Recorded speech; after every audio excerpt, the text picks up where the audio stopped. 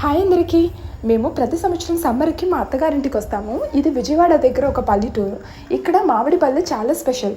ఒక్క సీజన్లో మాత్రం ఎంజాయ్ చేయకుండా ఏదో ఒక స్వీట్ లాగా చేసి ప్రిజర్వ్ చేసుకుంటే బాగుంటుంది కదా, అందుకే ఇప్పుడు ఆ స్వీట్ చేసుకుంటున్నాము. గట్టిగా రవి, ఆ రసం పడాలి, కింద పడాలి.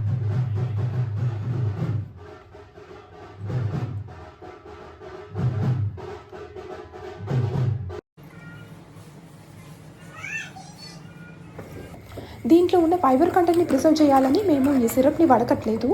పొయ్యిని మీడియం ఫ్లేమ్లో పెట్టుకొని బాగా చిక్కపడేదాకా తిప్పుకోవాలి. ఇలా చిక్కపడిన తర్వాత నెయ్యి రాసిన ప్లేట్లో పోసి 2 రోజుల పాటు మంచిగా ఎండబెట్టుకోవాలి.